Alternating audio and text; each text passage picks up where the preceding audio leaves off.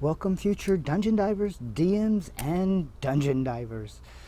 Before we get started, you notice I'm outside. I woke up this morning, I went outside, I looked, and I saw something that I haven't seen in 3 weeks.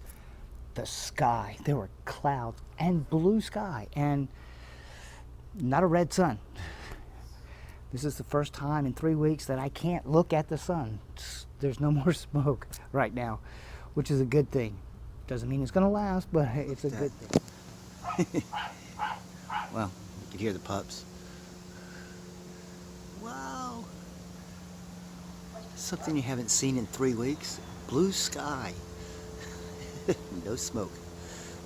Perfect. What we're doing today is we're going to be talking about skills. Skills is probably one of the most important, not one of the most important, it is one of the most important, actually, out of the two things. It's important, yes. The attacks and, combat and skills are probably right up there too, because this is what you do usually when you're not in combat. But anyway, this is a beginner's guide to skills and a refresher for the rest of us. So come on in and have a seat. I'm Jimmy Lee, and this is Ability Check. Roll it.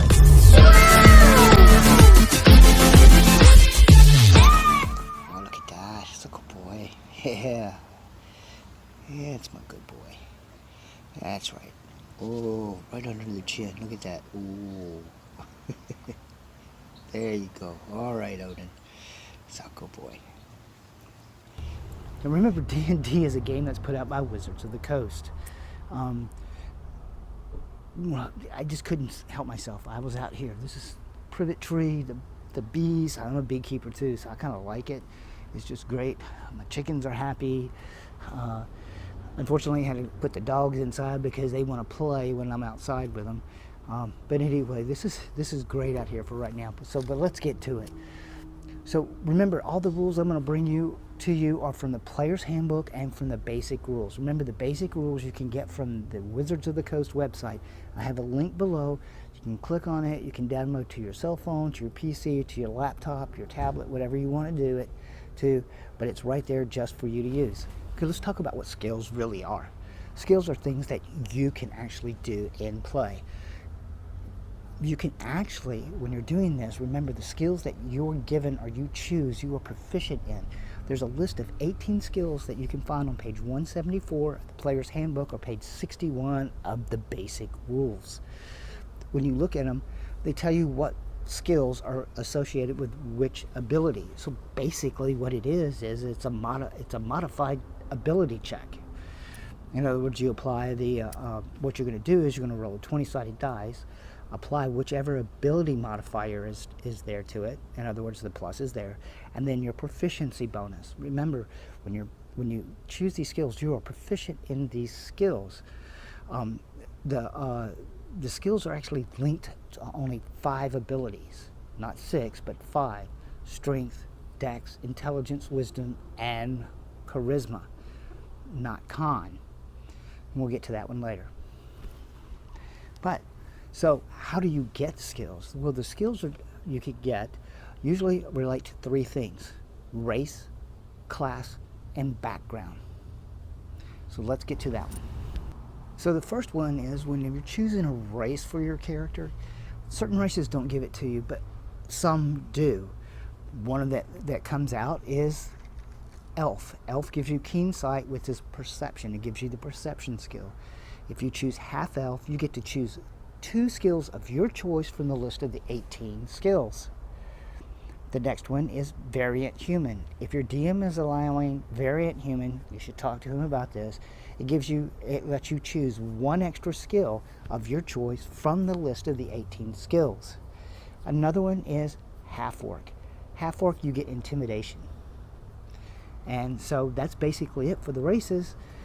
So now let's get to the next one. The next one is class.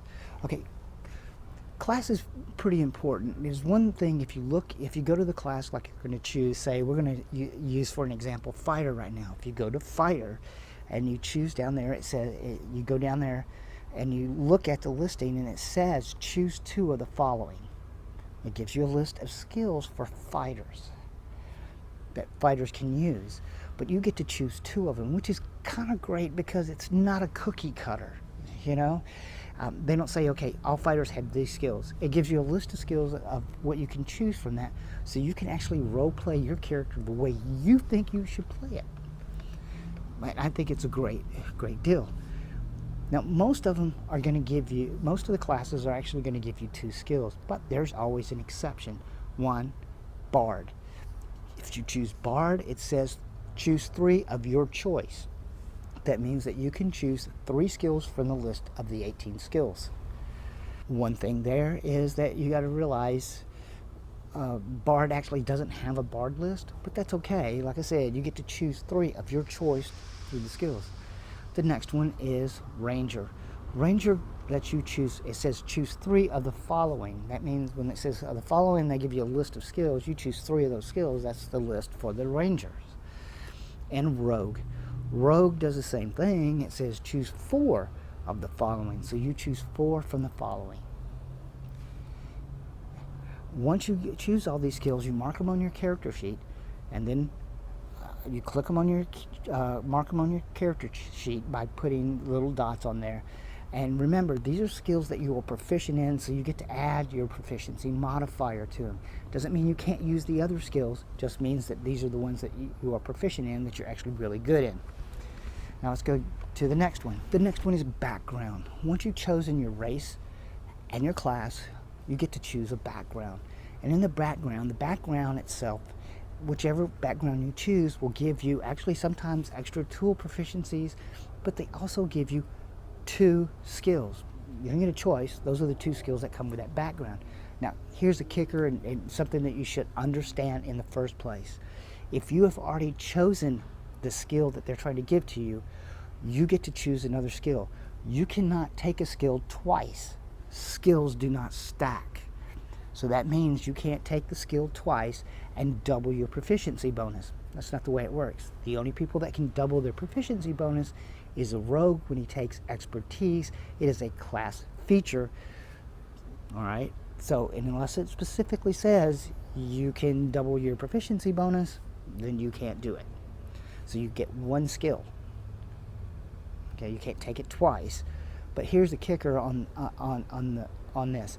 If it's trying to give you a skill that you already have, you can choose a different skill from the list. Right? I prefer, if one of my players already has it and they're going to do it, prefer them to choose from the list that they have for their class, or something that's related to the background they're actually taking. Now the thing is, if it's 2 skills they're trying to give you and you already have both, then yeah, you get to choose 2 more skills.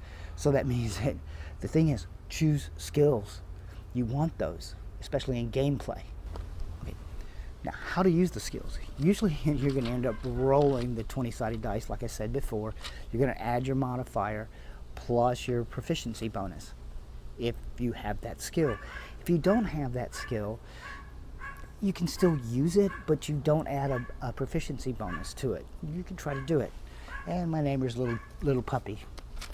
It's because another neighbor came home with his motorcycle. But anyway, the thing is, if you look on, what we're going to talk about first is DC, difficulty class. Difficulty class means basically how hard it is to do a task.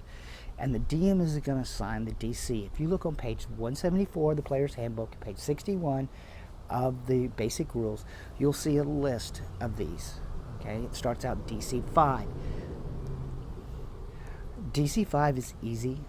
DC 10 is, DC 5 is very easy.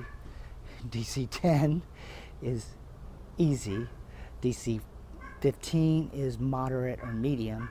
DC 20 is hard. DC 25 is very hard. And DC 30 is nearly impossible. The thing is, usually a task, when there's a DC, the DM is going to assign the DC, especially if it's a homebrew game. He's already decided whatever it is. What you do is, like I said, you roll your 20-sided dice, you add the appropriate modifier, and then put your proficiency bonus to it. Now, here's something right here. If the DC is 15 and you roll and you apply all your modifiers and your proficiency bonus, and equals to 15, then you succeeded. If you roll over that, you still succeed. If you roll below it, you don't succeed. Now, here's the kicker. I'm going to tell you right now. A natural 20 does not mean success, and a natural 1 does not automatically mean failure. Let me explain this. If you roll a 1 and all your modifiers, with all your modifiers added together, meet the DC, then you succeed. If you roll a natural 20 and all your modifiers added together does not meet the DC, you fail. You don't get to do you fail at what you're doing. A critical success and a critical failure does not apply to skill checks. They only apply to attack rolls and to death saves. All right? All right, let's get to the next one. The next one we're going to look at is contested. That means that when you roll one skill, you're competing against another skill of your opponent or whoever it is. We'll just say opponent right now. Like a stealth check. If you're trying to be sneaky and you have stealth in your thing, well, you don't really need to have stealth. You can actually try to do it anyway. Just remember, you can't apply your proficiency bonus. But if you do have stealth and you're trying to sneak around, now remember, stealth does not make you invisible. You actually have to try to do stuff. Tell the DM what you're doing. Please, role play it. The thing is, you roll your stealth, 20-sided dice, dex modifier, proficiency bonus. And what it goes is, it goes against your opponent's perception. They're going to roll their perception check. If whoever has the highest score wins in that. Get it? So if you have multiple opponents, all of them are going to make a perception check. If most of them are below your score that you rolled, they don't detect you. But if one is higher than yours, then that one detects you. Got it? Also, another one where contested roll is actually in combat. A grapple. A grapple was made with a skill check. You actually roll your athletics.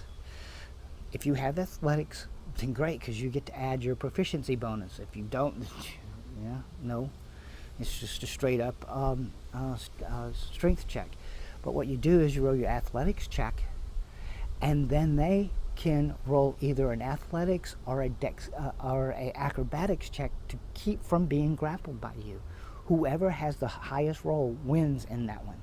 So if you're trying to grapple and you roll a 16 and they roll an athletics of 14, you have grappled them. In other words, you grabbed a hold of them. There you go. That's a contested check. And now for the next one. 3 is passive checks. I love to use passive checks. The most famous one in the game right now is passive perception. It's actually on the character sheet. Below the list and below the abilities, there's a line there that says passive perception. Now, everybody has passive perception, whether you're have a perception proficiency or not. If it's what it does is your passive perception is 10 plus your wisdom modifier, and if you are proficient in perception, then you can add your proficiency bonus. So if you're not, you just add your wisdom modifier. Say your wisdom modifier is a +1, so your passive perception is 11. That means that if somebody's trying to sneak up on you and they actually roll a 9, passively you could probably see them. Right?